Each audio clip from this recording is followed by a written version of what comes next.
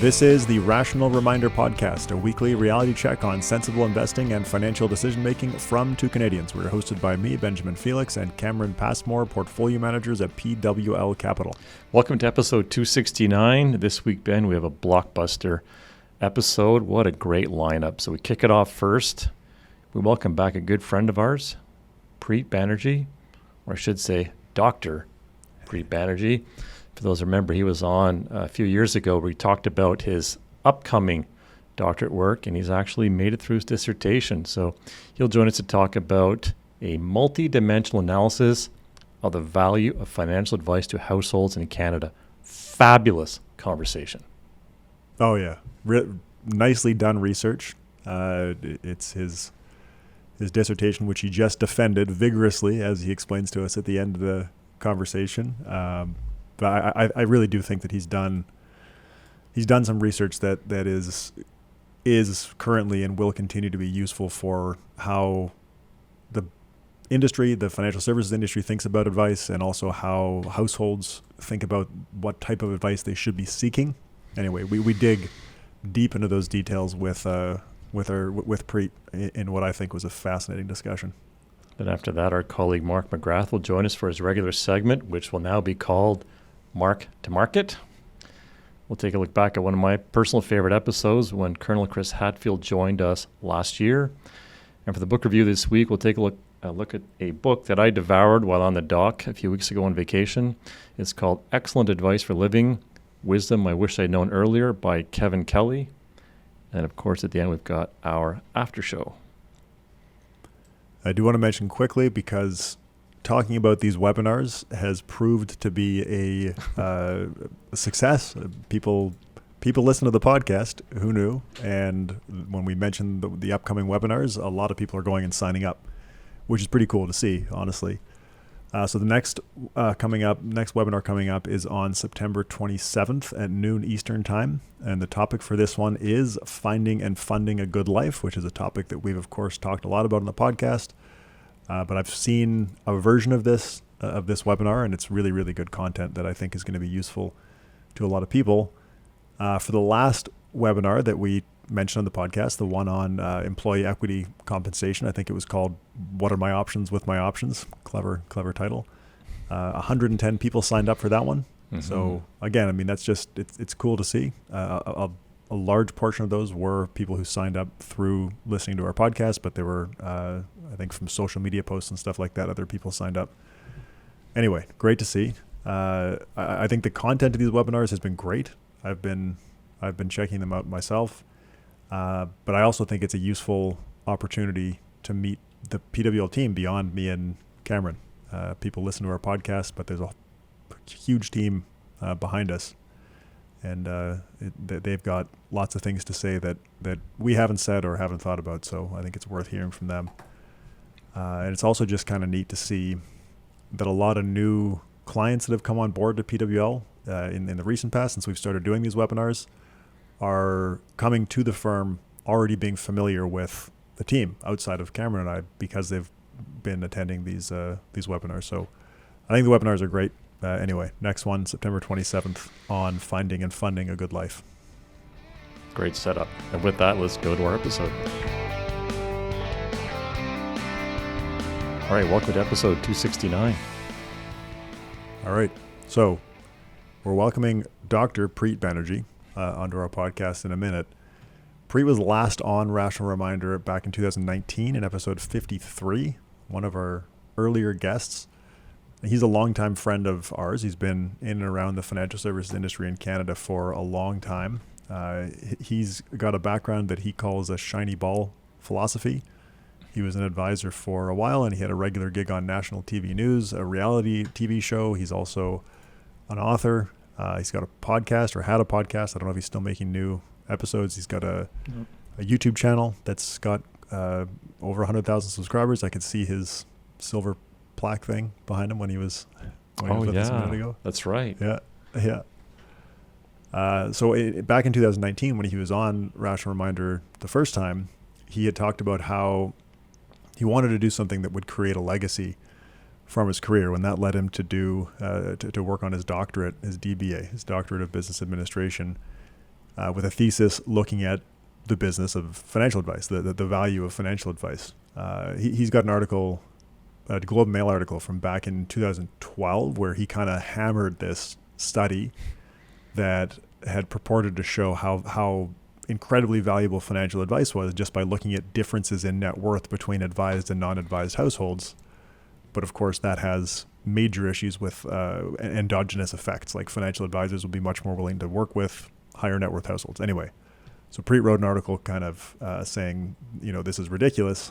And then he's gone and done his DBA and done his dissertation on a model looking at financial advice that controls for endogenous effects, but also looks at a whole bunch of other angles, including different channels of advice. Just a much more comprehensive look at examining the value of financial advice. And so that's what we just spent about an hour talking to Preet about, and I think it's a really good conversation. Yeah, Preet's a good guy. I've known him a long time and super proud of this work that he's done. So let's go to our conversation with Dr. Preet Banerjee. Dr. Preet Banerjee, welcome back to the Rational Reminder podcast. Thanks so much for having me, guys. So Preet, how do you describe the focus of your research? Well, on the surface, it's pretty simple. I was looking at the value of financial advice to households, and is it worth it to get financial advice? And that may sound like a trivial question, and I think there's a lot of people who have pretty firmly entrenched views as to where they stand on that question already. Some think financial advisors should be shot out of a cannon, and others think quite the opposite. I'm sure you are probably on the opposite end of that spectrum, right? You probably believe in financial advice. So I know some pretty smart people on both ends of that spectrum in terms of their beliefs. And so I really wanted to explore this because it seemed quite paradoxical, right? There's got to be something more than just a black and white way of looking at the world. Can you talk about some of the main problems with past research that's attempted to demonstrate the value of financial advice?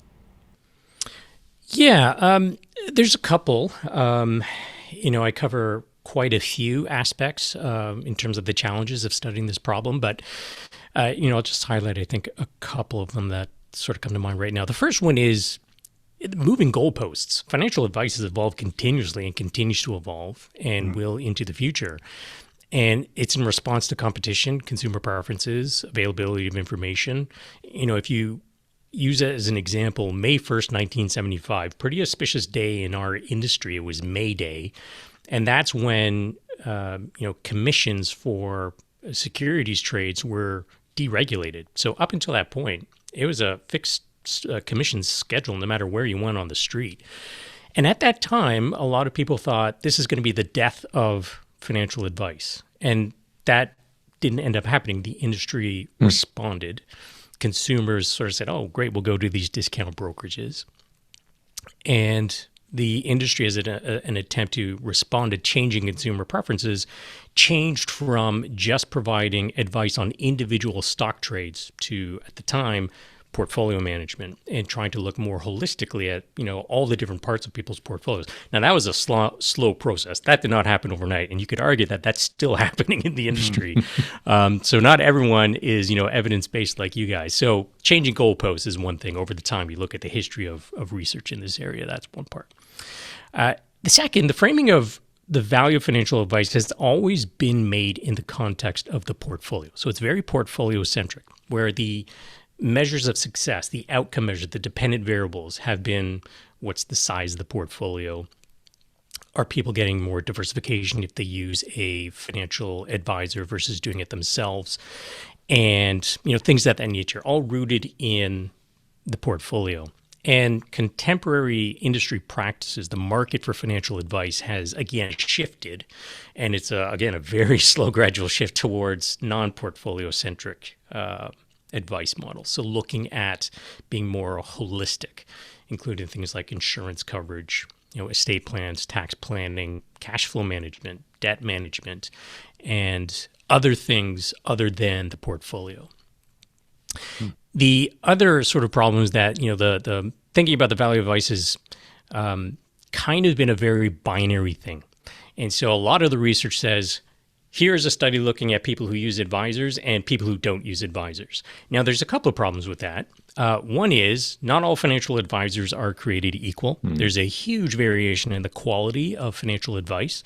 Some of that is even set at the firm level. It was interesting. There's early on in the days of financial planning, when it was still kind of been delineated, there are some firms that barred the use of the word financial planning because if you said that, that might put the firm at risk of having to fulfill a fiduciary duty, and they didn't want to go down that road, right? And so portfolio management at the same time kind of has become a little bit commoditized. So the value propositions have changed, and so there's also different channels of advice. So it's not just financial advisor or not. There's many different types of financial advice available. And then within those channels, there's different quality of advice as well. So I would categorize a lot of the prior research as being very undifferentiated. And what I set out to do was take a much more differentiated look at the market for financial advice and take into account that there are some channels that might be better than other channels. And within each of those channels, there might be better models of those channels, again, in those sort of silos. So previously quite undifferentiated. And then the flip side of that coin is households are also not all the same. So just as, not all financial advisors or channels are the same, not every individual is the same. And you probably have great stories to tell about different types of clients. Some that are probably can't wait to have this meeting. It's going to be, I enjoy talking to them. They get it. We're on the same page. And other where maybe you end up firing them down the road because it's just not a good fit. And we're giving you all the advice and you're just not taking it. So households are not all the same as well. How would you summarize your review of the existing literature on the value of financial advice? In one word, fascinating. In two words, fascinating and very fragmented.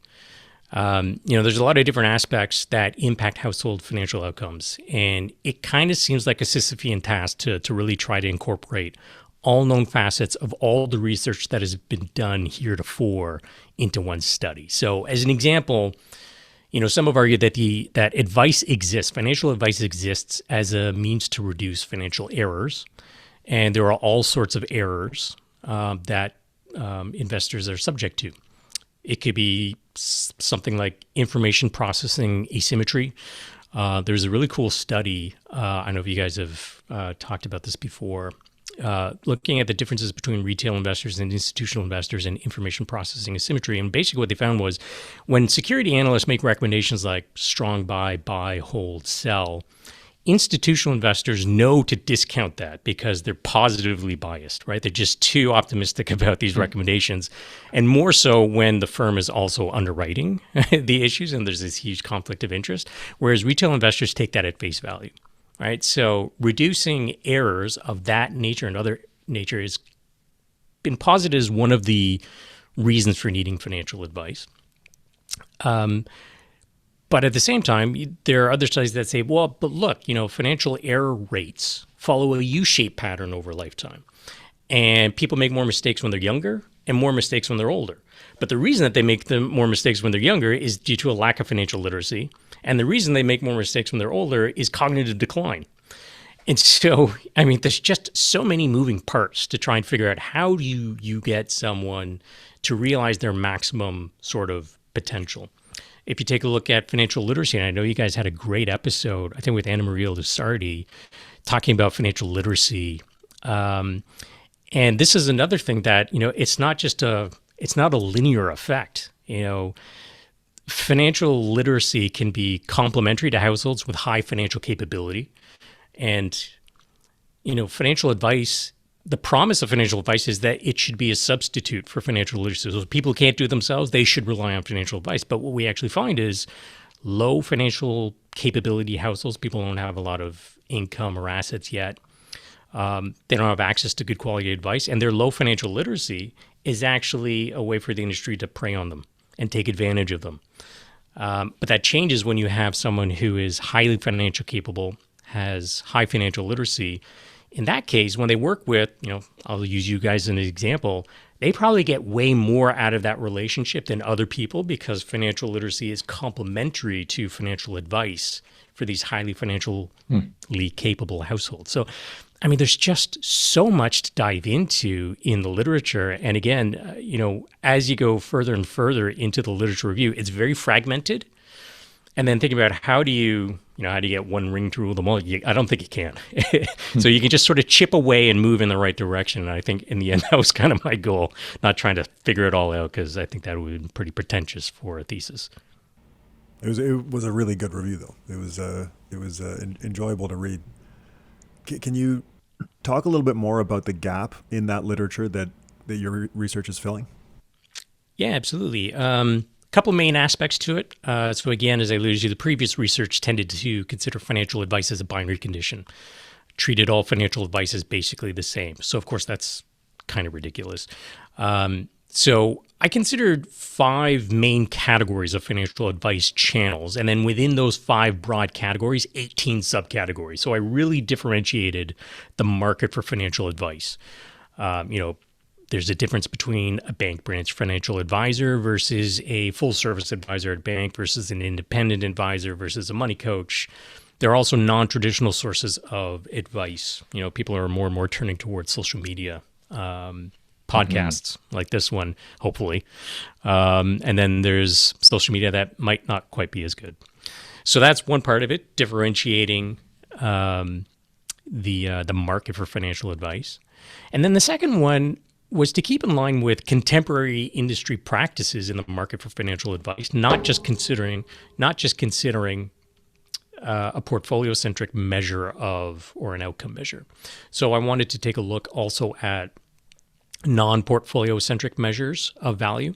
Some of the previous research has basically said, we kind of know that advised investors, there's a preponderance of research that say they're worse off compared to a counterfactual portfolio, which is not a perfect comparison. There's obviously more to unpack than just that, but it's kind of taken now at face value that in the aggregate, people using financial advisors tend to underperform because of the cost of advice. It's very much tied to that's kind of like an anchor. And, what those researchers kind of come together to say, well, how do you rationalize this? How does this make sense then, especially as this becomes more and more known? And there must be some intangible benefits of advice that doesn't show up in the portfolio. And so I wanted to try and capture that. So one is a measure of the breadth of advice that more reflects, financial holism or being holistic when thinking about your financial situation and not just your portfolio. And the other one was a more comprehensive measure of people's financial confidence. So instead of just asking them, well, how financially confident do you feel on a scale of 1 to 10, went a little bit deeper and created a scale comprised of to 10 items, depending on the individual, and asked them along these different measures of household financial decision-making, how do you feel? And so those 2 non-portfolio-centric measures were 2 main dependent variables, and then the investable assets, because so much research is that is what it's looking at. So I wanted to have a point of comparison, obviously. Can you talk more about how you measured the holistic wealth score and the comprehensive financial confidence? Yeah, it was pretty simple. Started with a pilot study to, test some questions based on the literature review to try and capture some of these aspects of household financial decisions. We went through a couple of pilot studies to assess these measures for consistency and reliability. And pretty simple, really, just, on 10 different aspects, investments, life insurance, disability insurance, emergency funds, debt management, cash flow management, retirement forecasting, tax planning, estate planning, and education. 10 of these aspects, just ask them how, when it came to the holistic wealth score, with respect to your primary channel of advice, have they given you advice or service on these categories and what level, right? So it's just a Likert scale sort of response, 1 to 5. And same with the comprehensive financial confidence. Well, how confident do you feel about how well these aspects of your life are managed? And those form the 2 non-portfolio-centric measures that I looked at. What data set is your research based on?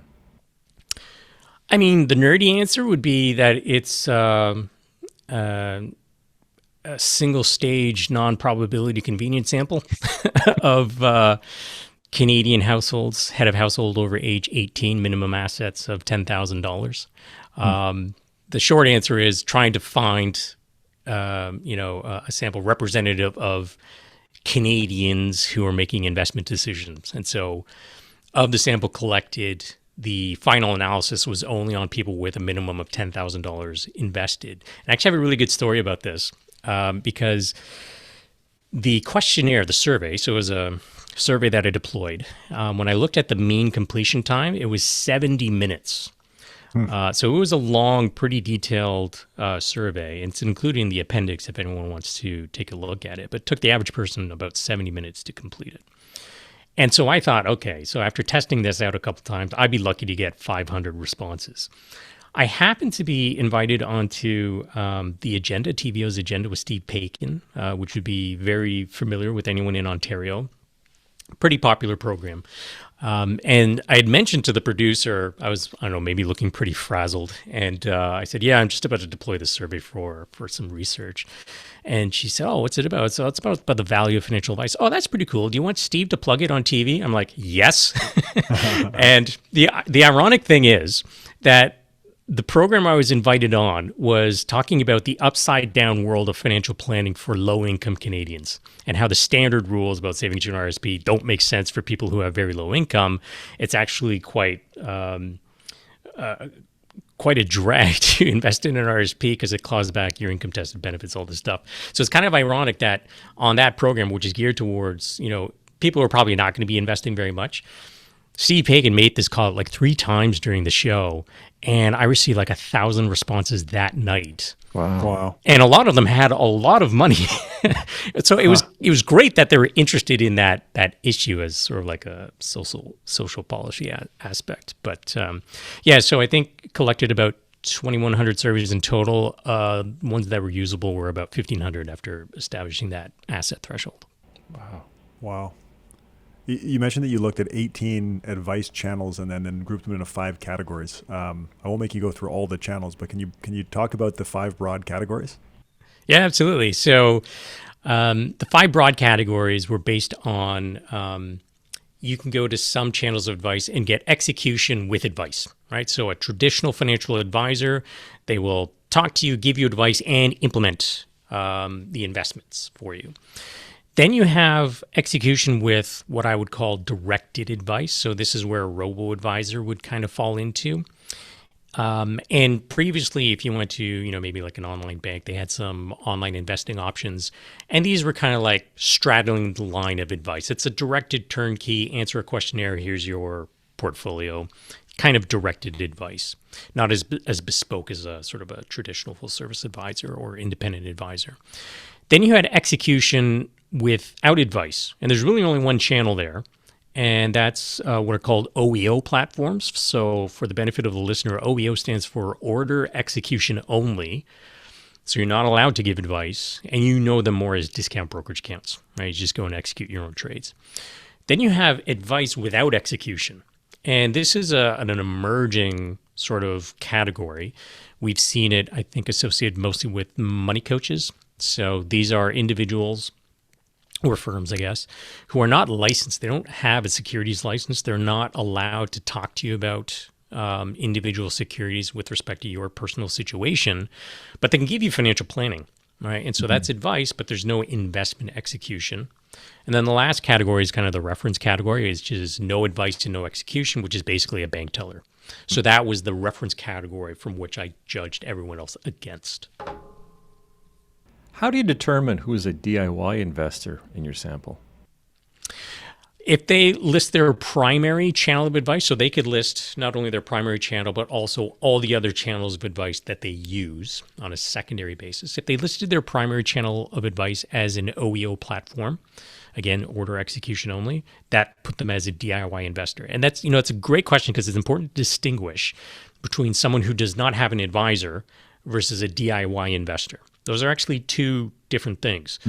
Someone who does not have an advisor, and a lot of the, I think, I'll say many of the studies out there that have looked at this kind of assume, and I think colloquially a lot of people assume, if you don't have an advisor, you must be DIY, and that's not true.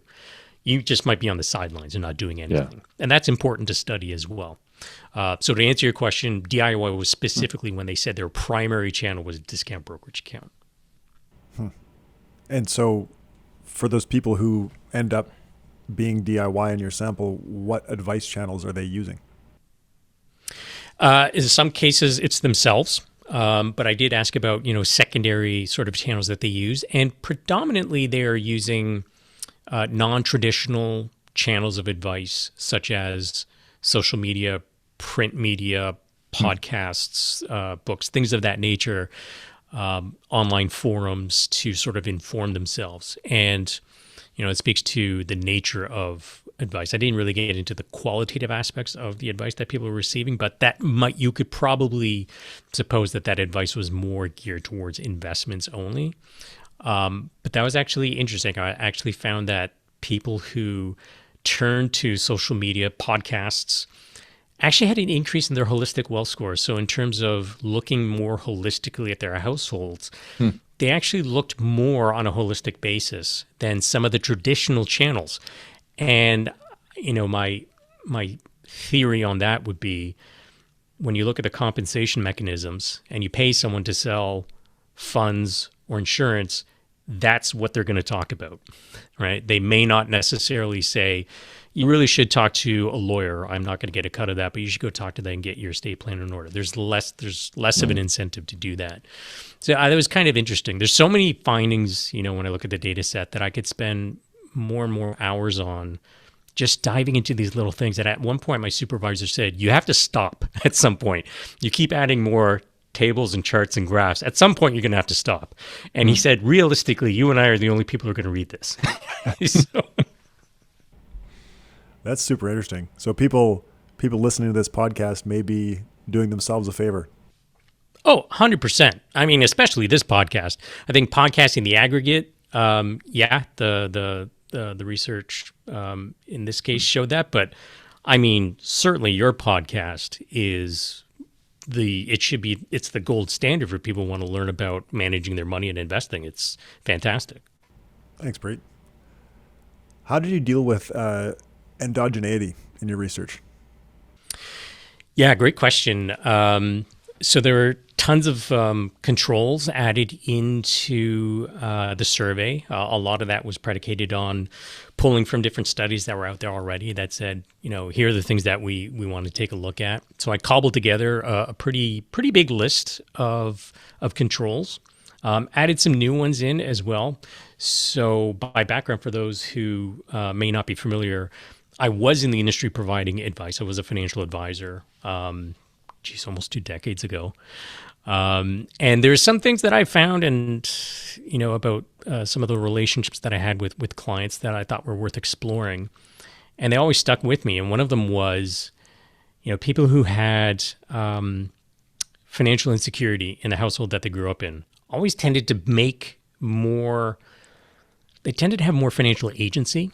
And they tended to really know what they wanted more than people who maybe came from more privilege, never had to deal with any adverse consequences. And I really wanted to take a look at that. And it turns out that is a pretty significant indicator of how well people do later on in life, is how financially insecure the household was that they grew up in. And that's because they never want to replicate that feeling again. That is like a core memory for them that shapes a lot of their decision making, is avoiding financial scarcity.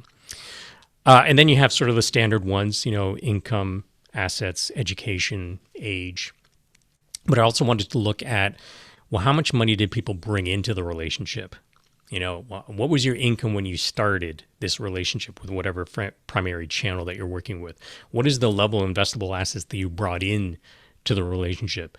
Who solicited who? And that was something that I wanted to explore more because, again, based on how the industry compensates financial practitioners, you are incentivized to go after people with money. You're not going to go after people necessarily who have no assets to invest. Everyone's got their sort of story about, we'll have a chat, but we're not going to take you on. And the other thing is, generally speaking, really good advisors, as they get more experience, they tend to lift their asset minimums in time. So the access to better quality advice goes away. So I wanted to see, dive into that a little bit more. And then I also wanted to ask about people's preference to delegate decisions. So we know that there are some people who are just high income, high achievers, good decision makers in general, and they will choose a financial advisor maybe because they just don't have time and they just want to delegate and they're happy to pay. And then there are other people who, and when I say they're happy to pay, they're happy to pay for, like, you execute, be like my sounding board or what have you. And the other people are like, I don't know what I'm doing. I'm totally financially anxious. Teach me everything. I'm putting everything in your hands. And you would say that in that latter condition, the financial advisor has more of an impact, whereas in the previous condition, they're really just implementing, right? It's a qualitatively different type of relationship. So I wanted to look at that as well. How do most people in your sample get their financial advice? So if you look at sort of like just the breakdown of, channel and how many people go into each channel, about 34% were in the DIY channel. 15% were with independent financial advisors. Social media was 12%. Wow. So 12% of people in the sample identified social media as their primary channel of financial advice. Wow. Interesting. Yeah. Full service, about 9. Branch financial advisors, about 9. Print media, about 6. And so that accounts for about 85%, I think, of the total sample. So pretty diversified from that sense. I was kind of surprised at how many people pick social media as their primary channel. I did take a look.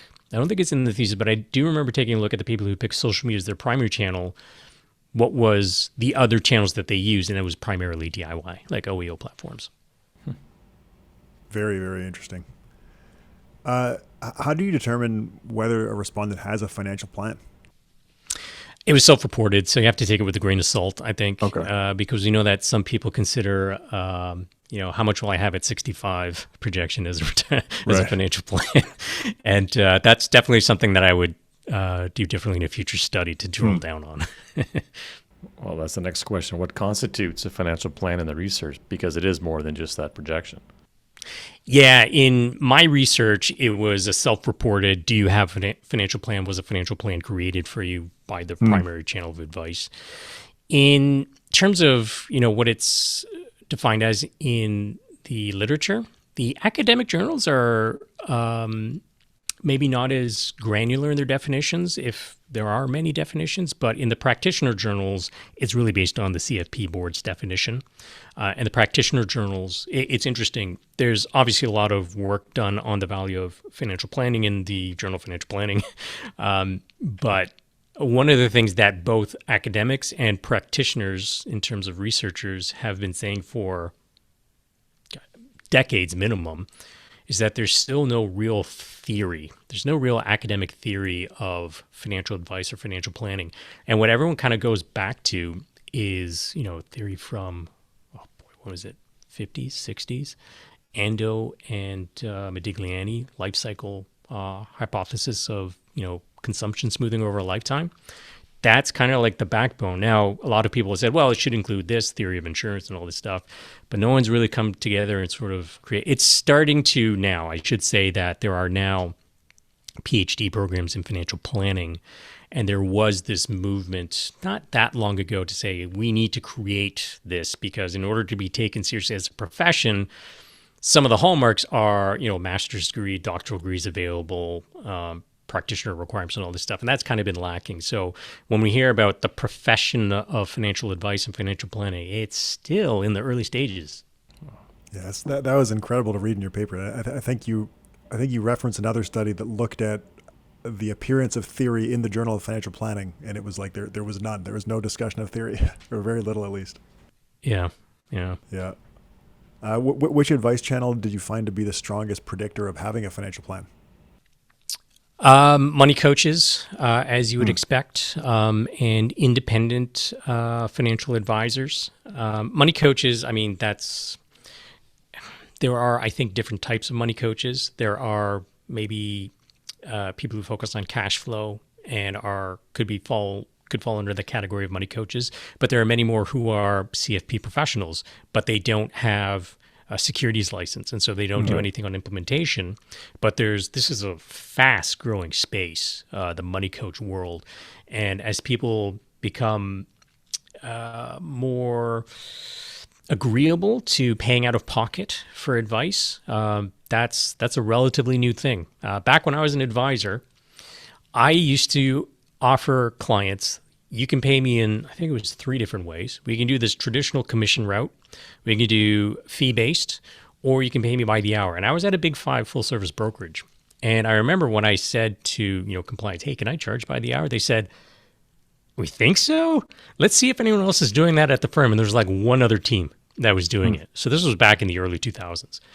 And they said, hey, talk to them, and we'll just do what we're doing for them. And I would give people the choice and would talk through the pros and cons. And more often than not, people said, I don't want to know, have it embedded. Yeah. Right. But that's changed a lot in the last week because there's just more access to information. People are talking about it more. People understand the impact of fees over a lifetime a little bit more. It's not maybe fully appreciated, but a lot of things have changed. Which advice channel has the highest amount of investable assets? So technically it was newsletter subscribers, which I think is a bit anomalous. There's only a handful of people in there. And while I did, clean the data set for 3 Sigma outliers, there's still, I guess, just enough in there with outsized level of assets that they actually showed up as the highest. But there were so few of them that I think you can pretty much discount that category, in which case it was full service advisors. And the reason for that is when you have a lot of money, a lot of people tend to have legacy family relationships with a big 6 institution. Oh, interesting. They tend to engage private banking, and we're talking 25, 50, $100 million, right? And so you tend not to get that as much in the independent channel. It exists, but it's rare. And I think that's why they came out as sort of like the top channel by assets, followed by accountants. So if you listed your accountant as your primary channel of advice, you also had very high levels of assets compared to other channels. That's interesting. What was the relationship between having a financial plan and investable assets? Oh yeah, this was amazing.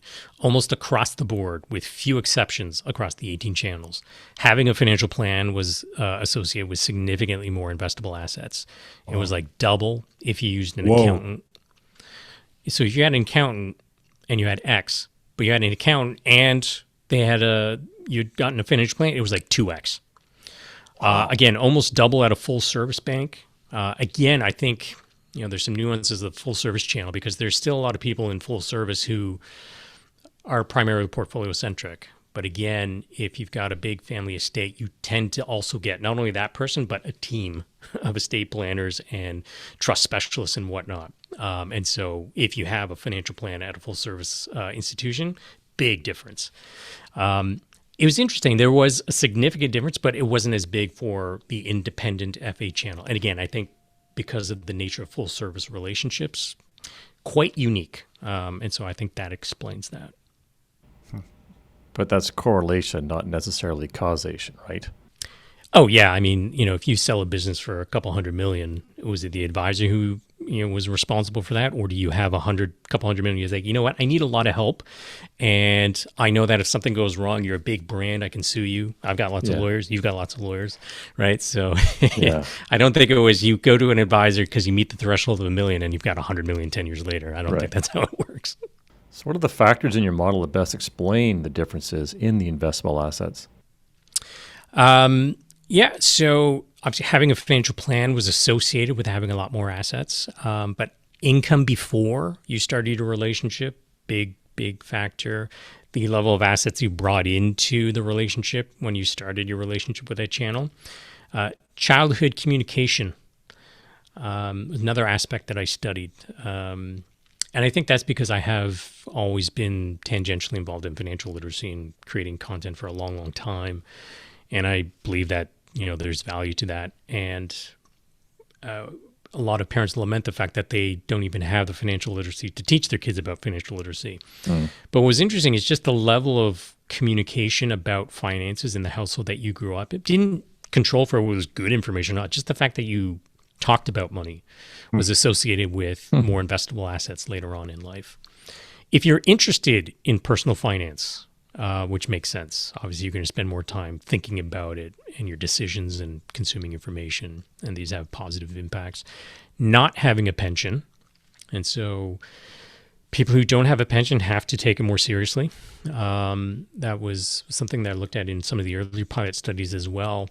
One of the things that I noticed that I think it was maybe, I don't know, you deal with couples over back when I was an advisor, and if both of them were teachers, both had good pensions, they had no other savings. And they kind of just relied on that, and they didn't sort of take their finances. I'm speaking in a very general manner. They didn't maybe take it as seriously because they didn't feel they had to. They had this great sort of safety net. Yeah. And that was what I found, not having a pension made people, I guess, forced to make some of these decisions. Use of social media. So not as a primary channel, but as a secondary channel. So if you're using, a financial advisor and you also use social media, you tend to be better off. If you use a traditional financial advisor and use an accountant, that's associated with having more money. It makes sense because if you have more complex tax situations, you probably have a lot of money. Being married, your age is correlated with investable assets, your income, current income, the length of use of a channel, and then, a couple of the channels, full service FAs, independent FAs, and the DIY channel was associated with statistically more assets than other channels. Reading through that part of the paper on all the different elements and how they impact it is super, super interesting.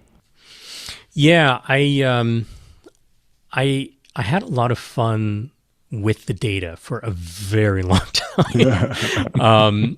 And just looking at all these trying to tell a story out of that, it took, like, of all the time I was working with the data, I would say the first 90% of that time was just trying to figure it all out, try to figure out what is the story that this data is telling. And the last 10% of playing with that data is where everything really came together.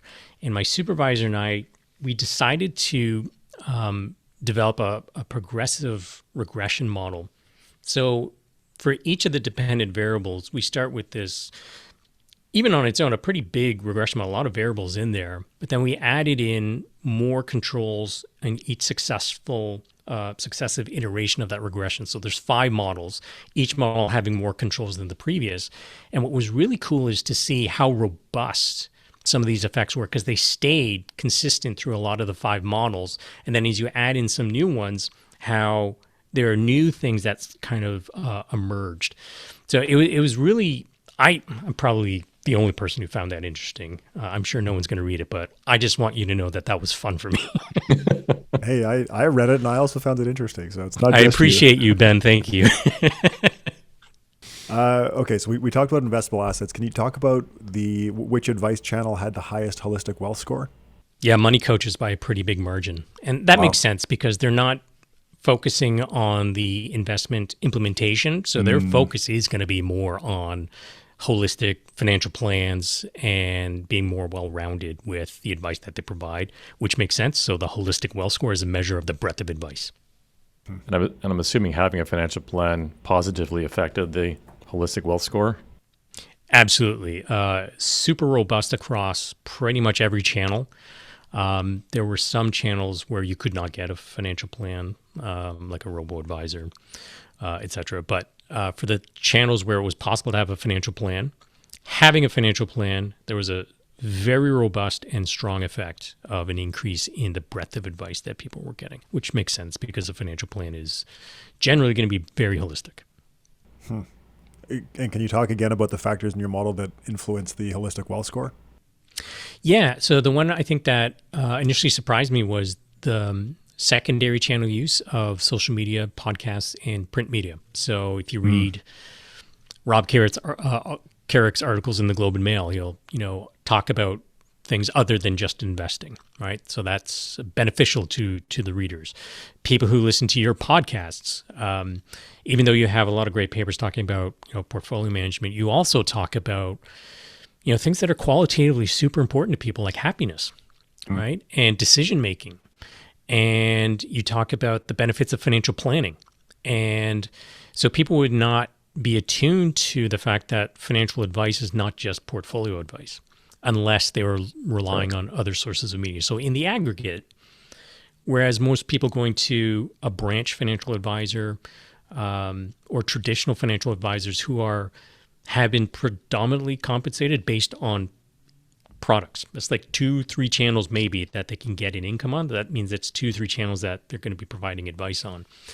But if you use social media, podcasts, print media, it is complementary to the use of those channels. So don't just rely blindly on the channel of advice that you're using. Look to other sources of information to augment, your financial journey, if you will. That's super interesting. So that's like, even if someone has an advisor and they've decided to delegate, having other sources of information, good information, improves the overall situation. Yeah, it's a check and balance, I think. And, there's a lot of financial content creators out there. When I say there's a lot, there's also a lot of variation in quality. There's some just atrocious garbage out there. Mm-hmm. And then there's some really good stuff, like Common Sense Investing, Ben Felix's channel. And when you use that in tandem with a channel of advice, it's good because it gives you things to talk about, to maybe push back on, learn about. And maybe your advisor or your channel of advice will say, oh, yeah, we can talk about that. Didn't know you wanted to, right? There's only so much time you can dedicate to individual client reactions as a practitioner. Yep. And it would be great if, people were more informed. You can have more productive relations. What time you have together can be much more efficient. The other thing that was in the model that explains differences in the holistic wealth score was the responsibility index, which I talked to earlier. It was who is delegating decisions for certain things. So this was an index that took a look at, with respect to your savings rate, who is more responsible for the level of contribution, you or your advisor? Did you decide, I'm going to save $1,000 a month, I just need someone to implement it? Or did someone come to you and say, you need to save $1,000 a month if you want to hit your goals? And so the more responsible the individual was, the higher their holistic wealth score, which again is interesting because if you have more financial agency and you know more about personal finance, you're going to ask for advice on more areas of your household financial decision making. That's interesting. I think, Cameron, that's something that we talked with, I hope I'm getting this right. I think it was Eilert Fishbach about the science of motivation and how for stuff like setting financial goals and savings rates and stuff like that, people will be much more engaged and motivated if they're the ones doing it as opposed to the advisor. It's exactly what you just said, Preet. That's just a super interesting connection to make. Back to a past guest. I've also seen research, and you mentioned this earlier, and you were just talking about it, but I've seen at least one paper showing that more financially literate people are more likely to seek advice and more likely to benefit from advice. Yeah, absolutely. And there's a complementarity effect there. And again, that works really well for higher income households with higher assets because they can get more out of those relationships. But the flip side of that coin is for the people who arguably need more advice or need access to more advice, the mass market, if there is no financial literacy, the financial advice as a substitute for lack of financial literacy, that relationship doesn't exist. It actually allows the industry, from what I've seen, to prey upon individuals, which is why you have financial salespeople sort of dominate the mass market as opposed to what I will say is professionals. Man, that happens in product innovation too, not just in the advice market, but I think if you look at like the thematic ETFs and even cryptocurrencies, a lot of the clientele of that type of stuff is people with low financial literacy. So they're getting hammered not just in the advice channel, but even in the product manufacturing channel. I think that's a perfect example. Which advice channel has the highest comprehensive financial confidence?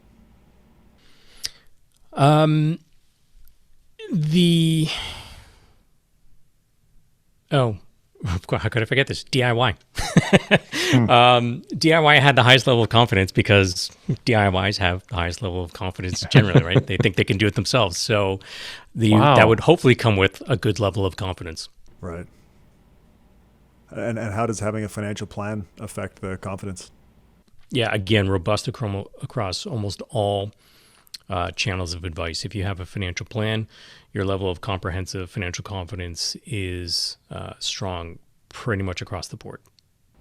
And that seems like one of the big findings from the paper is that, like, regardless of channel and regardless of whether how valuable we think advice is, having a financial plan is like huge on every metric that you looked at. Yeah, because portfolio management's commoditized now. And the value add is in everything outside of the portfolios. Now, I know there's some people who are still stuck in the portfolio-centric view of the universe of financial advice. Not to say it's unimportant. It's just that the relative importance of adding value on that aspect, that's a much tougher game now than it was before. Now we have all-in-one portfolio ETFs. What are they, 20 basis points now? Man, that's tough. That's tough to beat, right? Wouldn't you rather focus your time and energy on areas where you can make a much more significant difference with probably a higher level of reliability as well? I mean, that seems to be the trend moving forward, but it's a slow turning ship, as you know. I don't know. We've been saying for years that investing has been solved. But I've also seen people writing articles literally refuting that exact sentence. Investing has not been solved. Look at this product. Yeah, it's a paradox for sure. Yeah. So what factors in your model do explain the differences in the comprehensive financial confidence other than the incoming confidence of DIYers? Yeah, so the length of relationship, obviously, whatever channel you're with, the longer you're with it, you tend to have more confidence. It's related to income as well. Makes sense. The more income you have, the more you're going to feel financially confident. Being retired was associated with a higher level of comprehensive financial confidence. And that's interesting. I think that as you approach retirement, you're probably less financially confident. You're probably more anxious. That's when people tend to get a little bit more serious about their planning as well on their own. And then we probably don't make that decision to retire until they feel that they're in a position to retire. So I think that probably explains why people have higher levels of financial confidence once they are retired. If there are fewer people in the household, you have more financial confidence, less mouths to feed, I suppose. If you own real estate, that was associated with more financial confidence. That's interesting. Now, the sample was taken 2019, so I don't know if things have changed. And then this was interesting. If you used a robo-advisor, not as your primary channel of advice, but as a secondary channel that you used, there's a negative correlation with comprehensive financial confidence, which is interesting. I mean, you could probably make a meal out of just digesting that, but if your primary channel of advice was a traditional financial advisor and you had a robo-advisor account on the side, you probably are not that confident in that primary channel of advice, let alone your overall financial confidence for your household. It was kind of interesting. And of course, there's basically zero barrier to opening up a robo-advisor account. But, I could see situations where, and you guys would know because you're practitioners, but you have clients and they have portfolios and it's, based on evidence and maybe it's not sexy and they've got an itch to scratch. Maybe you allow them to have a small trading account. I don't know if that ever exists with some of your clients. That's different than having a robo-advisor. What itch are you scratching by having a directed portfolio, which really could be just an all-in-one ETF portfolio? So it's kind of interesting to think about that. That is really interesting. You mentioned the effect of the duration of the relationship on confidence. How does the duration of the relationship with a channel affect other outcomes? I mean, it's generally all positive. So the longer you're in any channel, you tend to have more assets. You've had more time to accumulate assets. So, I mean, across the board, the length of your relationship with any channel is positive at the P.01 level. So what are the bottom line main findings of your research on the value of financial advice? Well, I would summarize it to say that traditional financial advisors are associated with higher levels of investable assets only for wealthier households who identify, full service advisors, independent advisors as their primary channel of advice. The other part of that, though, is that traditional financial advisors dealing with mass market households, there is statistically no difference than just using a bank teller. So another, I guess the even most interesting part of that is that holds true unless you get a financial plan. So if you get a financial plan and you're in the mass market, then there is a robust effect across all three outcome measures: investable assets, your holistic wealth score, the breadth of advice that you're getting, and the comprehensive level of financial confidence that you have. And I think what the really important thing here is, when I looked at this, I thought, well, this isn't very earth-shattering. This kind of lines up with what I see, and that is, if someone has a lot of money and they come to me and they say, can you recommend, I want to work with an advisor, can you recommend someone? I've got 2 million, 5 million, whatever. I said, yeah, that's relatively easy to do. I've got a Rolodex full of financial professionals I've worked with in the past, or no. And I'd say, yeah, you're in good hands with them. If someone comes up to me and says, I've got 75,000, can you recommend an advisor? I cannot. I can't do it. Unless I know that they're a financial planner and they're working with people who don't have significant levels of assets. Then I know that that's as good as they're going to get, right, for the mass market. So initially, again, I thought, yeah, not earth-shattering, but this makes a lot. I think this goes back to the beginning of our conversation, which is we have a lot of people who firmly believe that all financial advisors should be shot out of a cannon, and they've got a bunch of people who know really good financial advisors exist and are out there and working with people and delivering value for the fees that they're paying. So how do you make it all square? And this is it. If you have a lot of money, you've got access to better quality advice. And if you don't have a lot of money, you better be looking for someone who provides financial planning. Not that you shouldn't be looking for financial planning at the high end, but you better be looking for financial planning if you're in the mass market, because that's the single biggest differentiator for knowing that you're going to get better advice if you're in the mass market. Yeah, it's just incredible. What are the policy and regulatory recommendations that come out of your research, do you think? Well, I think if we take a look at, what's been happening lately, we're seeing more and more people turn to social media as a substitute for traditional financial advice. And this speaks to, again, the mass market. This tends to be more the case where if you're in the mass market, there's a lot of information out there that talks about the failings of financial advice if you don't have a lot of money. It's going to be mostly financial salespeople. Now, I do want to make clear, of course, there are advisors out there in working with the mass market that are doing well. It's just finding them is very difficult, right? There's a lot more that are, quite suboptimal and you kind of want to steer clear from. And in the aggregate, the value just isn't there in the mass market unless you get financial plans. And so as more and more people on social media sort of expose this, both non-licensed individuals and licensed individuals talking about this is not new stuff. As more and more people learn about this, they are turning away from the traditional models of financial advice for the mass market because they're just not seeing the value of paying 2% and not even getting holistic, a big breadth of advice. And so they're turning to other forms of advice, namely in the form of social media. So again, some of that social media and other types of non-traditional advice is going to be good, no doubt about it. There's some great stuff out there. There's probably a lot more bad stuff. People being lured onto cryptocurrency platforms when they don't know what they're doing. NFTs, I bet that's the first time you heard that in about 2 years. That was a craze for a while. And so there's all this substitute for traditional financial advice. And so if from a grand regulatory perspective, we're trying to think about protecting investors, fostering efficient capital markets, then I think we have to think about whether or not regulation of financial advice, and it's really financial regulation of securities, has kept pace with changing consumer preferences. And I would argue that you could pretty strongly say no.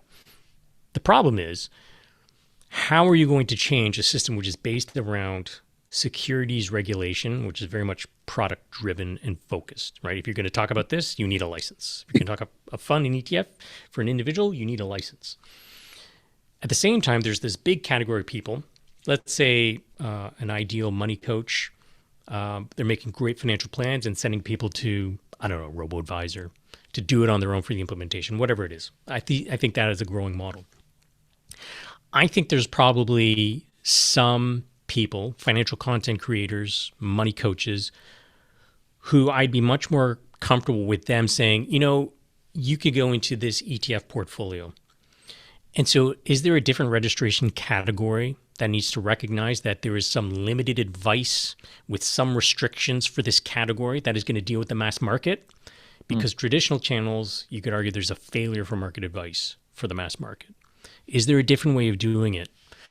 That's tough because now you're talking about changing from maybe potentially securities regulation to advice regulation, and that's just a hornet's nest. Crazy. I think I remember seeing that Australia is now regulating financial influencers. Like you have to have a license to talk about products. Yeah, that's interesting. I do remember seeing a headline like that. I also saw, actually, I think I've got it on my phone here because I saved it, but it was a lawsuit against TikTokers in Australia for like millions of, oh yeah, here it is. TikTok GST fraud. It's $4.6 billion in fraudulent tax activity because of bad TikTok advice. Wow. I'll send you the article. You can take a look at that. But crazy. They're I think moving a step ahead on that. It'll be interesting to see if it's the right step, but it's a step. So Preet, we have a lot of other financial advisors that listen to this podcast who are running firms, full service firms like we are. So on behalf of all of us, what recommendations do you have for us? Probably join PWL. I think from what I've seen from what you guys are doing and knowing you guys, I think you've got like a really good template that sort of squares all this stuff that we've been talking about. I think I heard in one of your recent podcasts that you've kind of relaxed your minimums and you're at least point people in the right direction. It'd be great if more firms did that. In the real world, I know that's not going to happen overnight or anytime soon. So my advice is, to the extent that you can, as a culture for your firm, you want to move more towards planning centricity as opposed to portfolio centricity. I think it'll make your lives a lot easier in the long run, because if it hasn't happened already now, the competition for making better portfolios, you're competing against basically the counterfactual portfolios that are used in the research is available as products to people now. And as more and more people sort of figure this out, they're going to see, well, I'm getting minimal value here, but certainly not as much as in the past.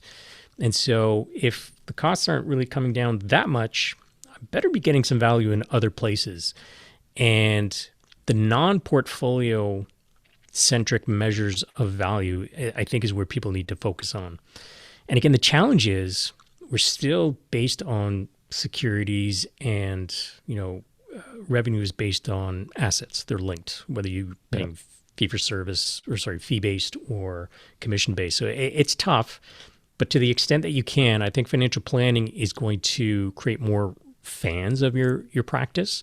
People are going to be more likely to spread the news about financial planning strategies and confidence in how they feel, as opposed to trying to explain why you have, structured products in your portfolio. I don't think people go around talking, you should see this product I have. I don't know. You'd be surprised. Oh, I know. I just make a little dig. Oh man, we did an episode on structured products a while ago, and a lot of people had lots to say about that. I'm sure. Like, what do you mean? How can this not be good? Yeah. Kind of funny. What about for listeners of the podcast who are maybe they are DIY investors? What do you think they should be thinking about to put themselves in the best position to sort of maximize the metrics that you looked at in your research? Yeah, for the listeners who are managing their own portfolios, from the thesis, what I can say is you've probably checked off a couple of boxes already. You're interested in personal finance, so that I know is important. You've probably taken some time to research the channel that you've chosen, so that was important. The amount of time you spent researching the channel or the advisor, because I'm sure some of your listeners have advisors. That's important.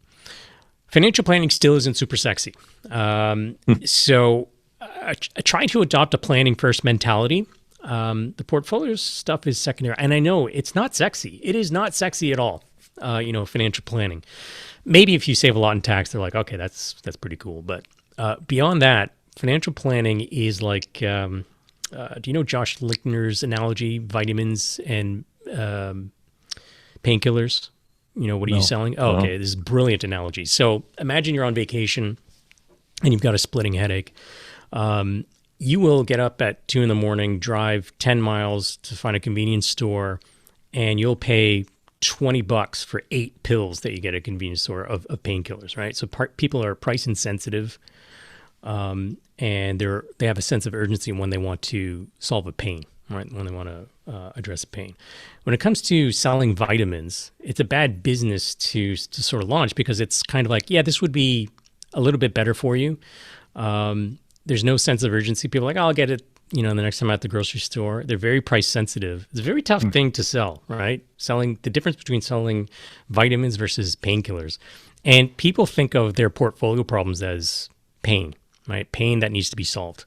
They think of financial planning as, I'll get to it. I know I should. I'll get to it, but they don't. There's no sense of urgency. They're price sensitive.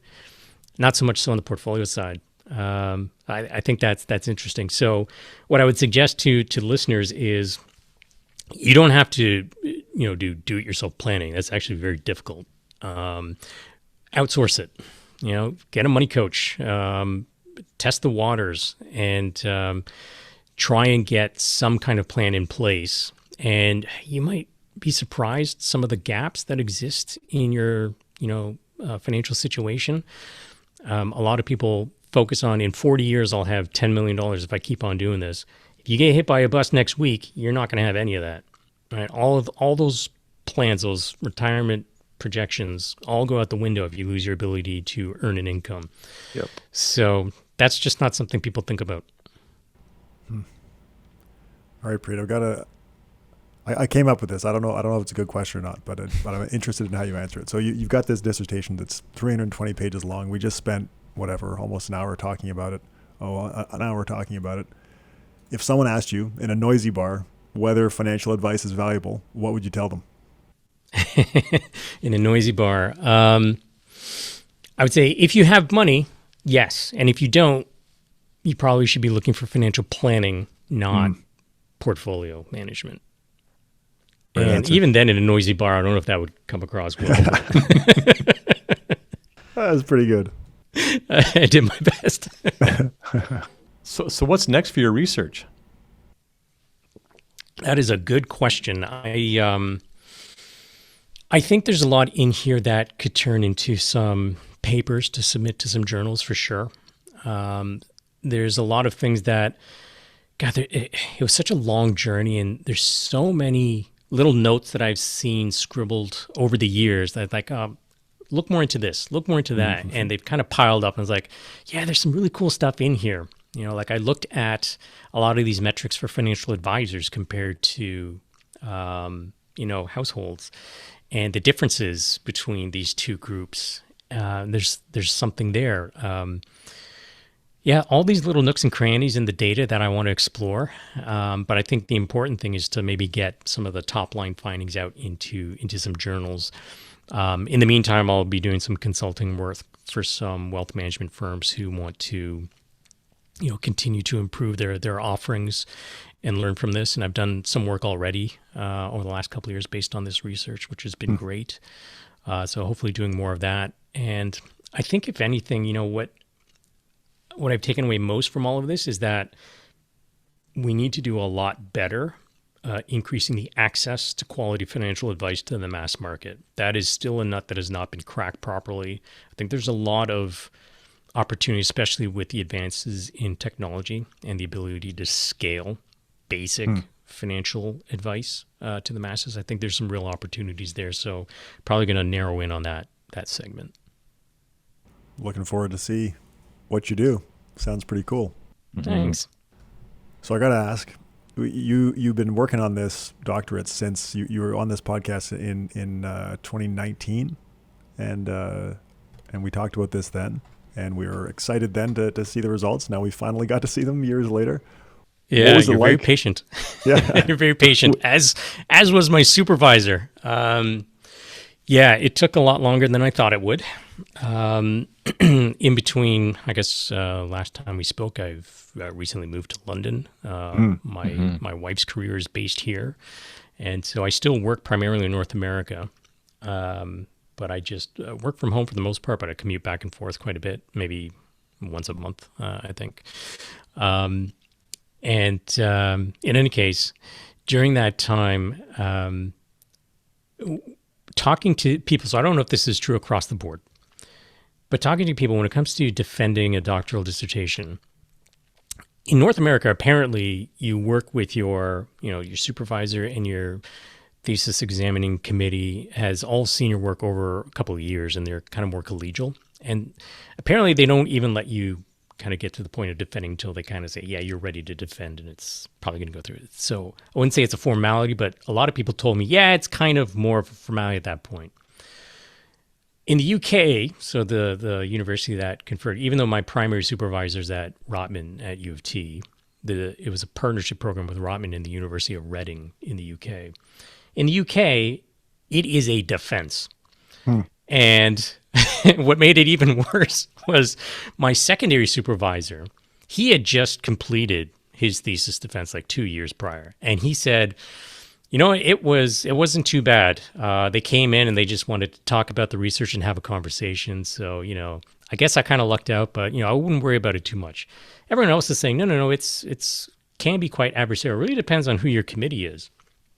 And so I had Lawrence Booth, who's the chair in structured finance at Rotman, and another examiner who was the chair of the International Capital Markets Association at the ICMA Center at the University of Reading. And they read the thesis, and I guess they decided to teach me a lesson. When I went in, you kind of have, it's like 3 hours. And there's also, you don't prepare a presentation. They just go in guns blazing. So that's another difference. There's more of a presentation apparently in North America. You have like a slide deck. You talk about your findings and research and all this stuff. This one's like you log in. So it wasn't in person because of continuing pandemic restrictions. You log in and they're just like, all right, let's go. So on page 34, you said this. What are you thinking? And they're challenging me on everything. And I felt at the end of the 3 hours, there are, I think, 5 possible outcomes. One is you pass with absolutely no corrections, which is very rare. Apparently it doesn't happen. You can pass with minor corrections, and they give you like 3 months to make some minor changes and resubmit it. You can pass with major corrections, which could be 6 months to a year, and it's like you need a new chapter, you need to deploy a new survey because this is garbage. Option 4 is this is so bad that at best will give you a master's degree. And then option 5 is just go away and never speak to anyone in academia ever again. And so at the end of these 3 hours, I went in there thinking, all right, I'm aiming for pass with minor, right? And if I go pass with major, I'll live with it. At the end of those 3 hours, I was pretty sure that I was going to end up with a master's. Like they grilled me so hard. Wow. And it was so adversarial. I was almost shaking at the end of it. And so at the end of the 3 hours, they say, all right, you can log out, and then you'll get a text message to log back in after we've conferred. And then you'll get your decision in the room. So I'm waiting there for 10 minutes, and my primary is allowed to watch, but he's not allowed to participate in the 3 hours. But he was texting me, he's like, hey, 6 months, not a big deal, make some corrections, whatever. But he said, you handled yourself well. So I get the text message to log back in. And I remember this, it was ingrained in my memory. Lawrence says to me, first thing he says, congratulations, Dr. Banerjee, you passed with no corrections. It took me, I'm going to say a solid 3 months before I felt elated about it. I was in this complete stupor for the next couple of days. I didn't feel happy about it. I didn't feel like I was like in this state of, I don't know what to make of all this. It was a very stressful experience. Wow. in retrospect, I appreciate how thoroughly they dove into it and made me defend everything that was in there, because it feels like, okay, it's held up to some pretty serious scrutiny. So I feel better about that. Anyways, that's how I'm rationalizing it. Unreal. What an experience. Yeah, I don't know if I'd recommend it. Good to know.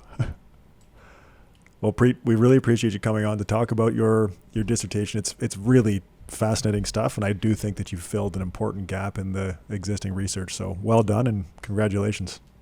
Thank you very much, guys. Appreciate you having me back for a second time. Yeah, congratulations, Preet, and great to have you on. Thank you. All right, so we're going to kick off our segment with Mark McGrath. And we did ask in our last episode for feedback from the community on what we should name this segment. We had tentatively called it Mark's Minutes, which we all acknowledged was a little bit weak, of a terrible name. Weak, yeah. But we got a suggestion that was like all of us, when we saw the suggestion, were like, wow, that is so obvious. How did we not think of it? Between the three of us, you would think we would have come up with it. Well, and like, I mean, I was using ChatGPT to try to figure out names, and like every, iteration of Mark and financial planning and investing and everything, and I still didn't stumble upon this. So it's a stroke of genius. Yeah. So humans are victorious again. And we did a poll in the community, and there was, let's see. Oh, wow. I hadn't checked the poll in a few days. It's up to 70 votes now in the Roush Reminder community. So 70 people voted on this, and by a landslide, the winning name is Mark to Market.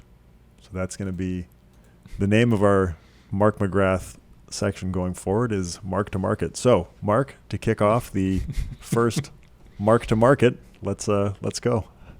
Sure. Yeah, great. And I'd just like to point out that after this, I came up with the name McRational, which I thought was also awesome, but I can't think of a smart way to put it in there. So I'll just use that from time to time, maybe. And what did our buddy Rob suggest?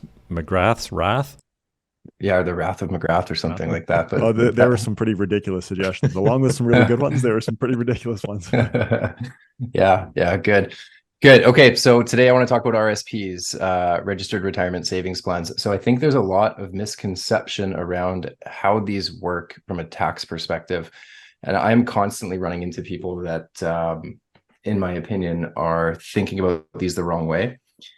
And a lot of people are focused on two things. One is the tax at death on the second spouse, right? So a bit of background, an RSP can roll over on a tax deferred basis to a surviving spouse, but on the passing of the second spouse, it's taxed as income on the terminal tax return. And so a lot of people get hung up with this idea that your RSP is going to be taxed, the top marginal tax rate, which could be true. Yeah, but there's a lot of other things to consider.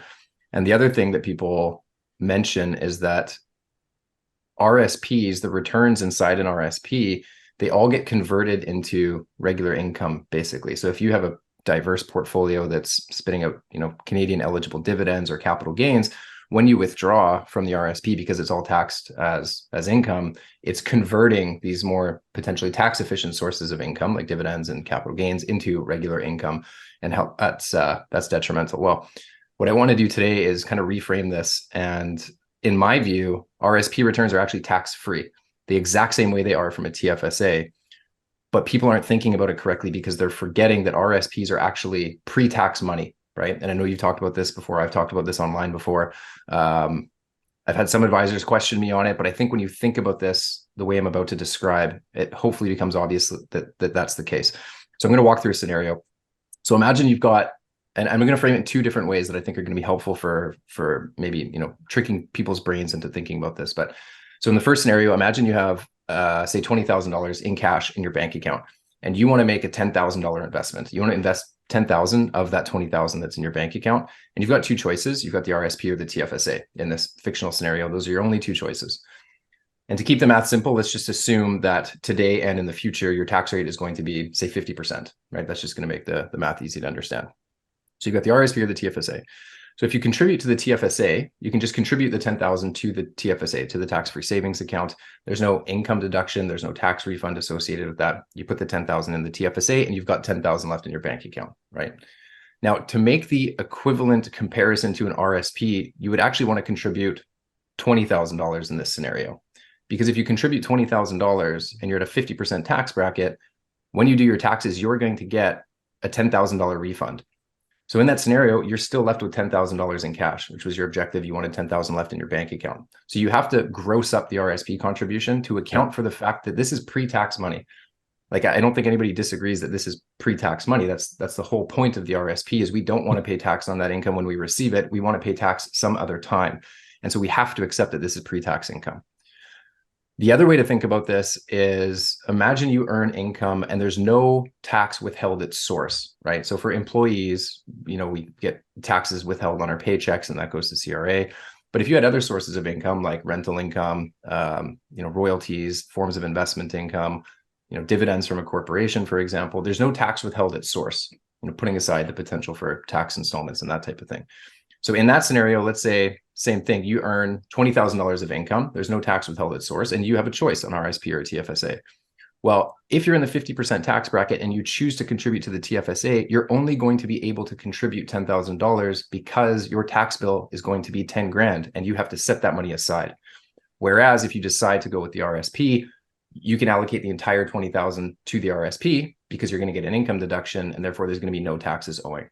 Right. So in both of those scenarios that I framed, I think it's hopefully somewhat obvious that the RSP is pre-tax money, the TFSA is after-tax money. So when you're comparing TFSAs to RSPs, you have to gross up the RSP contribution. And if you do, they're virtually identical, assuming the tax rates stay the same. So let's just assume you earn, let's say 7.2% returns on your portfolio, and over 10 years, your investments double. But with the RSP, you have $40,000 pre-tax. With the TFSA, you have $20,000 pre-tax, or sorry, post-tax, because the TFSA is post-tax. If you withdraw from the RSP, and again, you're still in the 50% tax bracket, you're going to have $20,000 after tax. And if you withdraw from the TFSA, of course, it's tax-free, you're going to have $20,000 after tax. Now, if we agree that the returns that you earn inside a TFSA are tax-free, and we also agree that the outcome is the same in both of those scenarios, we must accept that the RSP returns are also tax-free. So that's how I like to think about it. I think it's a bit of a mental, it's not a trick in that it's not true, but sometimes we look at the balances in our bank account, we make an RSP contribution, but we don't consider the tax refunds along the way. And I think when people are focusing on the potential for a very high tax return at death, they're ignoring all of the tax refunds that they received along the way, and they're just focusing on this one outcome. Yep. The other thing to keep in mind, I'll say, is that because when you convert your RSP to a RIF, a registered retirement income fund, which is the usual option, it's not the only option, but it's the most common option. After age 65, if you have a spouse or common law partner, you can split that income for tax purposes. So when you withdraw from the RSP, let's say you withdraw $50,000 and it's now a RIF, you can allocate up to 50% of that to a spouse. So between that and some additional tax credits, the probability that your income in retirement is going to be equal or higher to your income when you contribute to the RSP, in my experience, is very, very low.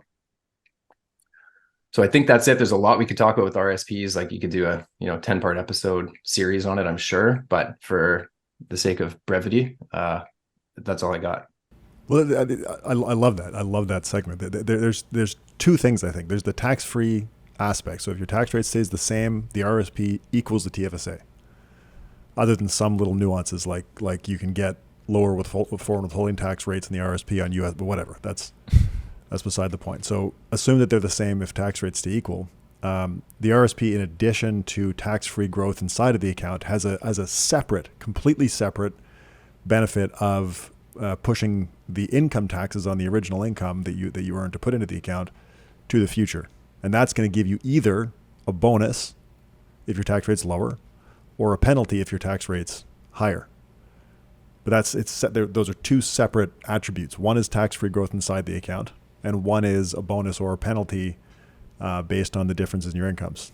And I agree with you that it's unlikely, barring major changes in tax rates, which if you look at historical tax rates, there actually have been some pretty significant changes over time.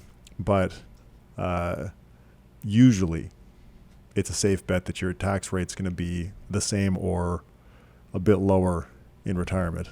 And there's splitting RIF income. There's also spousal RSPs, splitting pension income. Like, a lot of times people think like, well, I'm earning this high salary now. I'm gonna have this big pension. If they have a pension, I have this big pension when I retire, but that can be split too. So your taxable income in retirement tends to be quite a bit lower. Anyway, great topic to bring up, and super important point. And I don't think it's debatable. Like, if anyone's disagreeing with that, I think that is like objectively wrong. It's not a debate. Yeah, because otherwise you're paying tax twice, which is not the case. Like, if you don't agree with that, then you're accepting that you pay tax today and when you withdraw the RSP, which is obviously not true. But excuse me, I do want to bring up one good point you made, which is that potential for a bonus or penalty.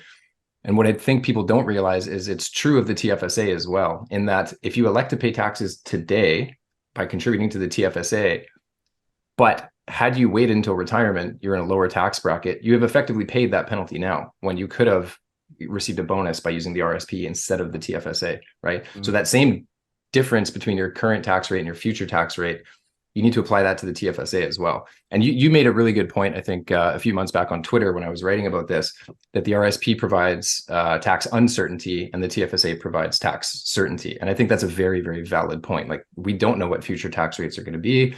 Yes, in many provinces, they are indexed to inflation, but we don't know if there's going to be a hike in tax rates. So we don't know what the optimal decision is without hindsight. So if you value that certainty, then potentially a TFSA might make more sense, psychologically, let's say, even if it turns out that it's not mathematically optimal. Yeah, and we had our guest, Scott Cederberg, a while ago. He used U.S. data for this, not Canadian, but it was still, I think, relevant. And he did some simulations using historical U.S. tax rates and found the optimal contribution to the tax-free, like the TFSA equivalent, and the tax-deferred, the RSP, or the pre-tax and post-tax savings accounts, pre-tax being RSP, post-tax being TFSA.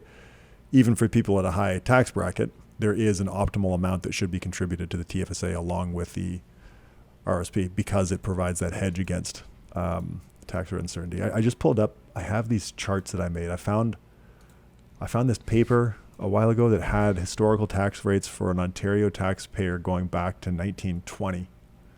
And there's this big so up until about 1970, there was a pretty big difference between the top tax rate and the 99.99th percentile tax rate. Like, I guess very few people were actually paying this really high top tax rate.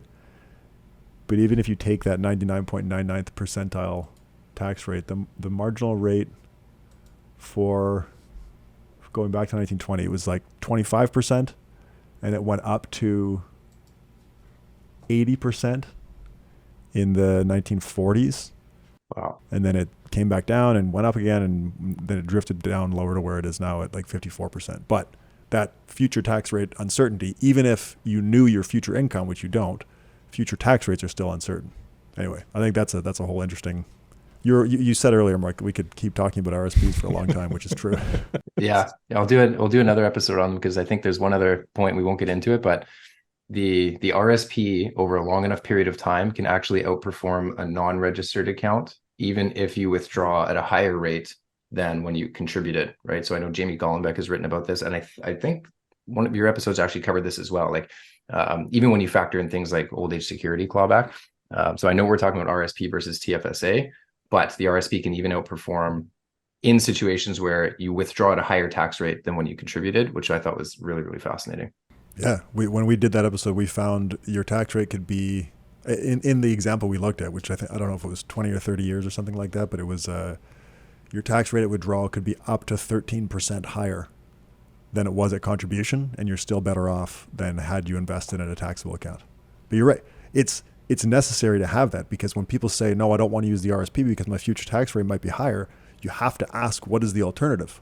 Mm-hmm. You have to. Otherwise there's no point in even having the conversation. Yeah. And given that TFSA room is relatively low for most people compared to an RSP, I don't always know that. I mean, for a lot of Canadians, I'm sure they have to make that decision. But when you get into higher incomes, that decision becomes a lot easier, and you can contribute to both, or you can max out both anyway, right? Yeah. Yeah. Cool. Well, that was a great topic. Thanks for bringing that, Mark. Yeah, thanks. All right. And that was this week's Mark to Market. Such good content from Mark. So great to have him on. could have watched you guys nerd out for hours, I'm guessing. Oh, it's fun. We could have nerded out for hours. All right, let's carry on. So I want to do a quick episode review for those newer listeners who might want some guidance on which episodes to go and check out. So this one I thought of because I spoke to a couple of people in the past week who did not listen to the episode with Colonel Chris Hadfield, episode 226. And then when we mentioned it afterwards, they did go back and listen to it, and they were so grateful that we did. So I thought, that's come up twice lately. I thought, why not? And it was such a great episode. And if you have not listened to episode 226, please do so. I think it's one of our great conversations. It's also arguably the most shareable conversation, with kids, with friends, with family members. And the lessons that we learned from Chris are super valuable to their life lessons and do apply to everyone. So with that, let's kick off a quick review of that episode. So Colonel Chris Hadfield joined us on episode 226. Chris is an astronaut, author, musician, photographer, public speaker, and professor, just to name a few. Incredible career he has had. And this conversation can possibly benefit more people than any other conversation that we've had. So I consider this a must-listen episode and also a must-share. So we started by talking about the importance of setting goals. However, you must be ready for a change on the path towards those goals. So setting out to achieve the goals, what matters is what you do next, because the path to goals is a series of little decisions. What matters most is the deliberateness of how you make each of your small decisions every day, and that will determine your path of who you are going to be tomorrow. So he says you need lofty goals in order to have inspiration to do what is needed next. Enjoy the process and celebrate the process. He also talked about how the greatest antidote to fear is competence, and we are fearful when we do not know what to do, so always improve your competence. Being an astronaut is not only about when you're in space, but rather it is all the work for years and years to be able to be considered to go into space. And that was Colonel Chris Hadfield, episode 226. That really was a great episode. And it was the one when it came out, not a lot of people did listen to it. Yeah. Because we can see the stats on the episode. And we saw, like, okay, a lot of people didn't listen. No comments were left on the episode. So then we followed up in our next episode and said, like, hey, you guys didn't listen to the last episode. You should have. It was really good. Check it out. And then a bunch of people listened to it, and they're like, wow, I'm glad you told us to do that, because this might have been the best episode you've ever done. Yeah. How about a quick book review? Very quick. I know we have a big episode this week. So I thought I'd choose one that was mentioned often in my various social media feeds. So the book is called Excellent Advice for Living, Wisdom I Wish I'd Known Earlier by Kevin Kelly. So I follow him on Twitter. He was on Tim Ferriss. He was also on with Patrick on Invest Like the Best. I really enjoyed those conversations, so I grabbed the book, Excellent Advice for Living. Kevin Kelly is the founding executive director of Wired Magazine and has written many other successful books and many articles in very prominent publications. This book, quite simply, I thought was fantastic. I read it while on the dock at the cottage a few weeks ago. The book was published a couple months ago, and it's basically a collection of his thoughts and insights that he has been collecting forever, and he finally took the time to assemble them all in one spot. So there's 450 of them in a 224-page book. Super short read. You can start it anywhere. It's one of those books you can pick up and put down and pick up again, kind of start anywhere you like. I think it goes really well with the Chris Hadfield episode we just highlighted, learning and capturing knowledge from someone's career that can really benefit a lot of people. It's also the perfect book, I think, to read on Kindle because it becomes really easy to save, his pieces of advice easily. And then I fed it automatically into my ReadWise app, so it shows up in my daily feed of reminders, which is super valuable. So I thought maybe, Ben, you and I could share what I thought were my 12 favorites out of the list that I ended up saving from Kindle. So here's the first one. You can't reason someone out of a notion that they didn't reason themselves into.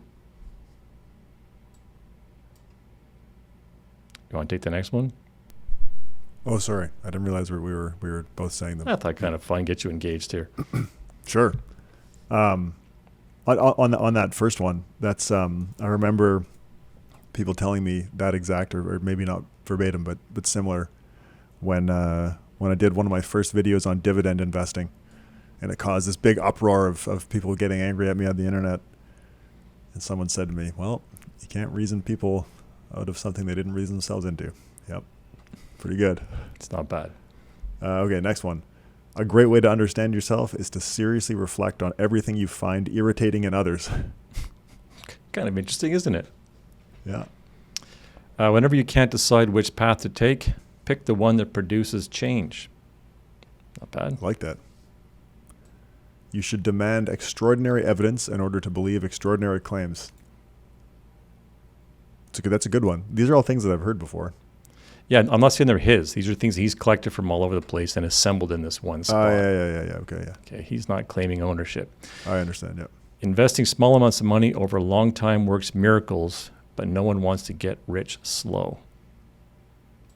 When someone tells you something is wrong, they're usually right. When they tell you how to fix it, they're usually wrong. You learn a lot more if you ask people, how are you sleeping, instead of how are you doing? So side note to that, I started asking people this question. I've actually modified it a bit. I said, what's keeping you from sleeping lately? Or what's something like that? And I've had a number of incredible answers lately. Like people talking about illnesses, family illnesses, other stresses in their lives. Really interesting, as opposed to saying, how you doing? And you always get back, things are good. That's a very interesting idea. I sleep fine. I fall asleep fine. I just if I wake up in the middle of the night, I just have trouble falling back asleep, unless I've done my heavy leg lifting. But even though I know I need to do that, I don't always do it. So leg lifting causes you to sleep. If I do like heavy squats, I will usually sleep, and even if I wake up at night, I'll be able to fall back asleep. But even like yesterday, I went for a long bike ride and a long kayak, like a lot of exercise, drenched in sweat when I got back, and woke up in the middle of the night and tossed and turned after that. Really? Yep. It's like there's some kind of like hormonal release, I think, when you do heavy leg stuff. Anyway, all the greatest prizes in life, wealth, relationships, or knowledge come from the magic of compounding interest by amplifying small, steady gains. All you need for abundance is to keep adding 1% more than you subtract on a regular basis. I like that. Another one. Don't ever work for someone you don't want to become. Figure out what time of day you're most productive and protect that time period. I like that. I remember Gene Fama talked about that. Yep. Oh, yeah. Protects I think his about mornings. that a lot, actually. Yeah. After 1 o'clock, anything goes. Yeah. Next one. Your enjoyment of travel is inversely proportional to the size of your luggage. Yeah, that sounds about right. Sounds about right. I agree. Measure your wealth not by the things you can buy, but by the things that no money can buy. So there's a quick dozen. I saved probably 150, I would think. I love the book. Really good book. So I highly recommend it. Excellent advice for living. Wisdom I wish I'd known earlier by Kevin Kelly. Cool. All right, let's go to the after show. You mentioned exercise. And my new, Lisa and I are briefly living closer to town since we're doing some renovations at home. So we're living this walking, bicycle-based lifestyle as opposed to car-based in suburbia. Just loving it. It's so nice. So it's right near the Ottawa River, so you're able to bike along the river and over the new bike bridge they built over to the Quebec side. It's just phenomenal bikeways. Beautiful. Beaches I've never seen before. And we get home and you park the bikes and you go for a walk to the grocery store. It's just fantastic. When I rejoined, there's a great gym right next door to where we're staying. So it's a great gym that does circuit training. So I'm sleeping great now. I was always, but it's really good now. A little sore, but haven't been to a circuit type gym since the pandemic. So I thought I'd be a complete mess. Quite relieved I wasn't, so I was doing okay. Yeah, that's good. Feeling sore from working out is like one of the best things ever. Oh, I love it. You and I've got lots of travel coming up. Going to Future Proof next week. And then in Toronto later this month at the big CFA event. Don't forget, if you're in Toronto and want to come to our meet and greet on the Thursday night, the 21st, email info@rationalreminder.ca. Do you want to read the recent review? Yeah. Yeah, that travels just... When you said next week, that's like, oh man, it is next week. Yeah, you're not really built for travel enjoyment. Like literally though, because I don't fit on airplanes. No, that's what I mean. Yeah. Yeah, okay. Rocky Topman 77 on Apple Podcasts said that it's a data-driven financial podcast. And the review is, Benjamin and Cameron clearly want to understand the topics thoroughly and get in the weeds to help listeners to understand what the data says about financial markets, filled with great information. It's very nice. Keep going. Yeah, so on Spotify, and I actually personally switched to Spotify for podcasts because I keep having problems with Apple Podcasts not being able to continue playing an episode if I pause it.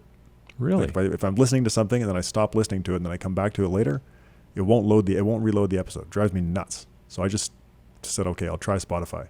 Never had that problem. I use Spotify for music, just the free version. But anyway, I noticed that in Spotify you can ask, cause like for the podcast that I listen to, they ask you a question as the listener. So in the app, when you're on the episode, it says like, what did you think about the episode, or did you enjoy the episode, or whatever, and you can write a comment. And it turns out we had that on for Rational Reminder, but we weren't paying super close attention to the fact that they were there.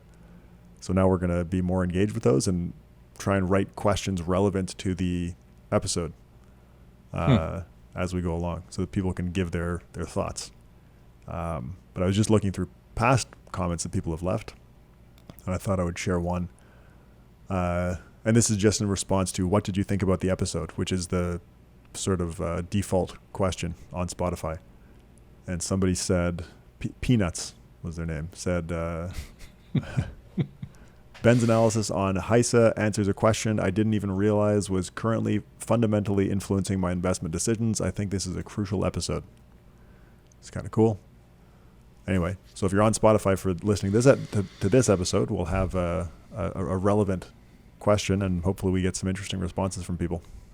You mentioned Spotify. We were with friends on the weekend, went out for dinner, and one of Lisa's friends, great guy Matthew, was a listener before I actually met him. And then through Lisa's friend found out that I was part of this.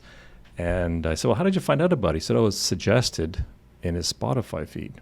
Wow. So he just started listening a few years ago. So it was kind of nice to hear. Yeah, really cool. Also heard on LinkedIn from Anthony from Vienna, reached out to thank us for helping people around the world with their financial decision making. You'll be glad to know, Ben, that beers are on him when we go to Vienna. I also wanted to thank our friend and professional peer, Carlo, for posting pictures on LinkedIn with his laptop displaying our logo so prominently. So thanks to Carlo for that. Any Canadian advisor who might be attending the IAFP conference next month in Edmonton, our friend Marcus DM'd me earlier today to say that they're hosting a hot wings competition on the Thursday night of the conference.